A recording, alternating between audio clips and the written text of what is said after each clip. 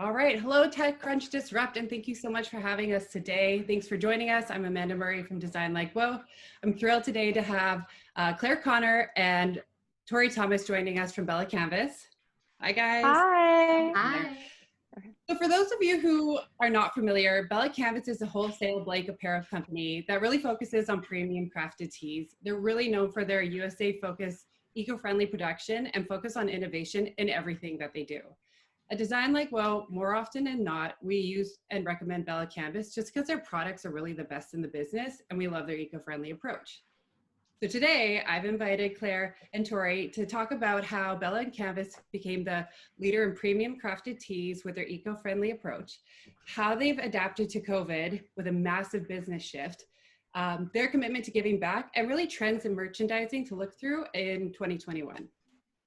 So let's start at the basics. Bella Canvas has been around since the 90s. Can you tell me a little bit about how it was founded and the growth it's experienced? Yeah, I actually love this story. I think it's really neat. So we have two founders, Marco and Danny, and they have been best friends since they were young. They were very entrepreneurial in the beginning, and they started a mistletoe business when they were in middle school. And they realized that it was seasonal. And so they're like, okay, this isn't gonna last us forever. Then they got into printing t-shirts, and that came to be like the American flag t-shirt you would see people wearing like 4th of July. That was pretty much them. And then as they were in that promotional products industry, they realized there was a gap in the market in women's apparel. And every t-shirt they saw for women that was offered was always like a short cropped or like pink t-shirt, and it's like there's more than just that for women out there. So that's how they started Bella. And then eventually they merged and they had Canvas, which was the men's line, and then it formed together to be Bella Canvas. It's like perfect union. And they've had Bella Canvas for over 25 years, and now it's super successful. We have 4 massive warehouses in downtown Los Angeles.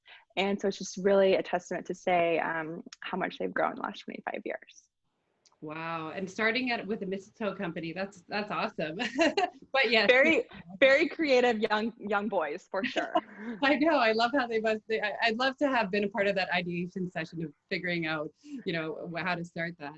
So one of the most notable parts of your business is its focus and attention on the eco-friendly production process. Can you tell me how Bella Canvas has differentiated itself from competitors and why being based in the US is so important? Yeah, I would say, as you can probably imagine, the mass apparel industry is mostly known for not being eco-friendly. There's a lot of factories that are overseas, and when they're overseas, you have less control over them, and so there's less oversight, which means people's labor conditions could be really poor. There could be harsh chemicals that are being released back into the water system for like a whole city to use. And they're using more energy, and all of these different factors can go into it. Whereas at Bella Canvas, with most of our manufacturing here in LA, we have the ability to control our dye houses, which are literally top notch. It's absolutely amazing what they do. They recycle something as mind blowing as steam. And so like we recycle that back into our process. We use 7 times less water than the average mass apparel company. And our standards are so high just to be in LA in general. And then we kind of add our own standards above that. So we really are really amazing quality. Even in our warehouses where everyone works on the corporate side, we have solar panel energy. We have the least amount of paper waste as possible. I'm trying to think, what else do we have, Tori? We always say that we are a one trash can company. Everybody has recycle bins next to their desks. And well, when we were in the office, we all had recycle bins at our desks. Yeah.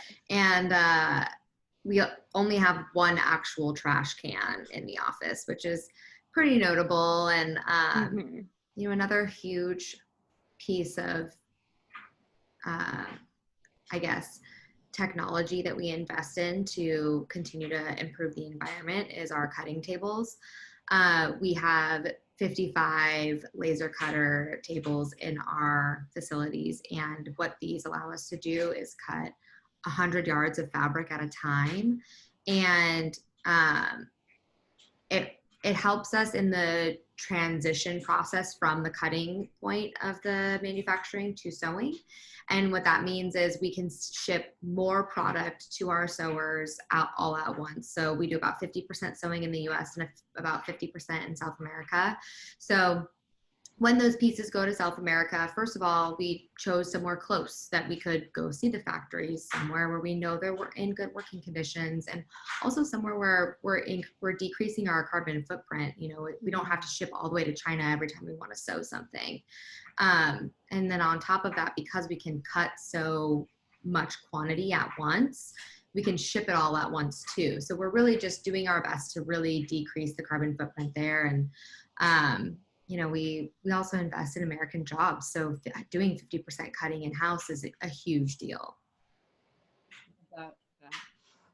So being in the business for so long, you know, 2020 was such a busy year for you guys. In early March, Bella Canvas shifted its whole business focus from apparel production to mask production. By May, you were the largest producer of non-medical masks in the world.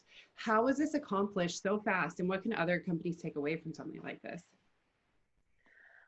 You know, our motto at work is be different, and we use that phrase internally and externally, and we really try to do that in everything that we do by being innovators and just extreme go-getters.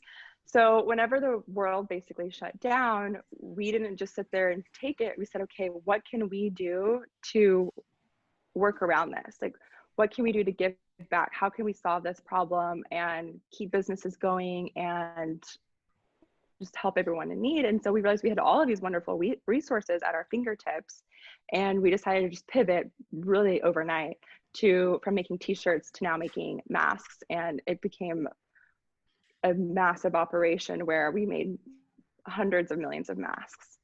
Oh my gosh. And, you know, speaking of face masks and giving back is something that you referenced. We actually featured at Design Like Woe, we featured your first iteration of face masks back in March. We realized as well that it was going to be a really long time that people were going to be sheltering in place and just not having the kind of needing some creature comforts and not having that office feel that you might get going in. So we created these shelter and comforts kits. And one of the things that was included, in addition to a candle and hand sanitizers, were your masks. But every time that somebody purchased a kit, we also gave 2 masks to people working at Urban Alchemy, which is a local San Francisco charity. And for us, it was really important to give back, but we gave back your masks just because they were so great. And I know that giving back is something that you guys really have done a lot of this year. Can you tell us a little bit more about your most recent programs and the success of it? Yeah, so we had back in April, I think we launched the mask. Pretty quickly, right in there in April, we partnered with the US Conference of Mayors to make sure that the largest cities in the US were getting, you know, a large amount of masks quickly, and their mayors could get them to the right, you know, hot spots within their communities. Our partnership with them is ongoing, but the initial push donated about 14 million masks. So we got a ton of stuff out there really quickly. And that was so successful that we then continued with a partnership with Scholastic and then another partnership with Until We Do It. So we've donated to schools, we've donated to cities, and we've donated to protests, you know, all as a part of keeping people safe and allowing them to be out and about while being comfortable and, you know, having an easy way to breathe and something that they can, you know, trust and feel safe wearing. Absolutely.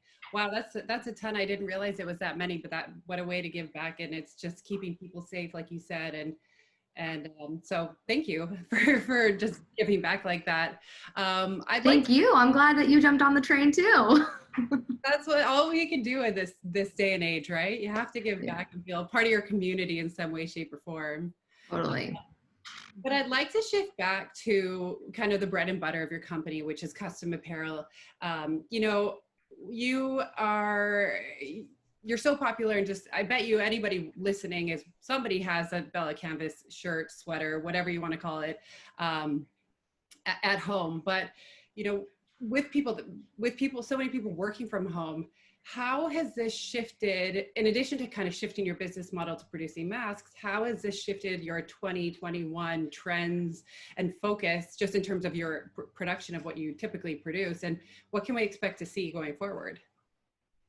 Yeah, so, we knew that it would be a little bit of time before t-shirts kind of came back full steam ahead, but we didn't realize they would come back as quickly as they did. So it's been interesting to see the masks do so well. And then, we transitioned very quickly into masks. And since then, we've been able to transition very quickly into about a 50-50 approach where we're producing apparel alongside masks and making sure that everybody kind of has what they need.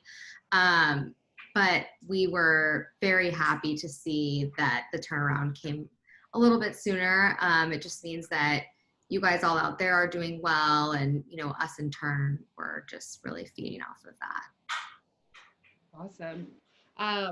A lot of times we get corporate companies reaching out to us wanting to purchase large volumes of merchandise for their teams of 100,000 plus. And what would you say is the best kind of company wide cut and style that would fit across the board? And that's been a great seller, and that's something that people listening should keep in mind if they're looking to buy custom merch for their staff or family. Yeah, we last year we launched our Street Fleece campaign, and it did really well. And we have noticed a trend in the market where fleece is just booming and everybody's wearing it. More casual dressing at work, people are wearing it, more comfort. It's on the runways now. So fleece has kind of been everywhere. And with everybody working at home, it's really gotten an extra boost in the last 6 to 8 months. And so we recommend that you definitely include some cool fleece piece for your team members, or for your giveaways at events. It will really help you stand out.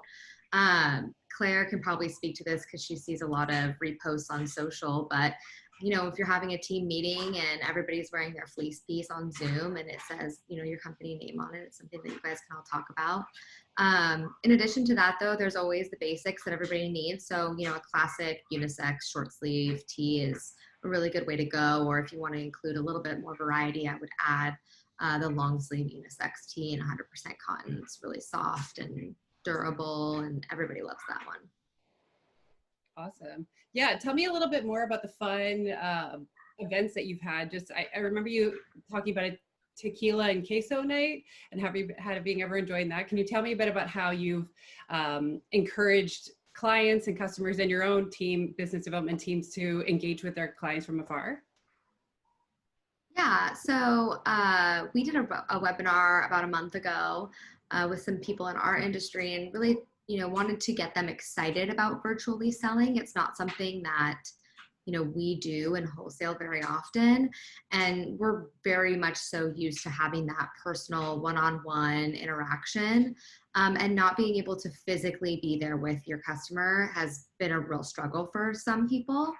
And so we shared our queso and margarita night with a lot of our customers, and they thought that was really fun. And I think, the vendor that we partnered with for that, they set up a kit to be delivered to everybody's house that was going to participate. And then you had a link in your email so that you could log on all at the same time. And once you were logged on, there was a cocktail mixologist there and a chef there, and they kind of walked you through the kit and how to put it together. And it was a really good, fun time. Like, we all made some memories together, and then, sipped a little margaritas, and then made some time to talk about business, which is also important. So yeah, it's just a good way to continue building the relationship. Even though it is digital, at least you have another touch point with that person, a really easy way to connect. Absolutely. One of the things that we've been utilizing your products and recommending your products with is because they're all blanks. We really have been recommending to our customers and prospects a tie-dye night, and kind of having that tie-dye feel. You send out a kit, you recommend some cocktails like a Cosmo or something like that, or you could just go straight water. It doesn't really matter, but you have the blanks, you have the tie-dye, and it's all about getting people together, having some uniformity in terms of what people are wearing and just all being on the same page. And that's really hard sometimes to do virtually. So it's fun when you have apparel that enables that to happen. Yeah, definitely. Yes, agreed. Okay, so I have one more question for you.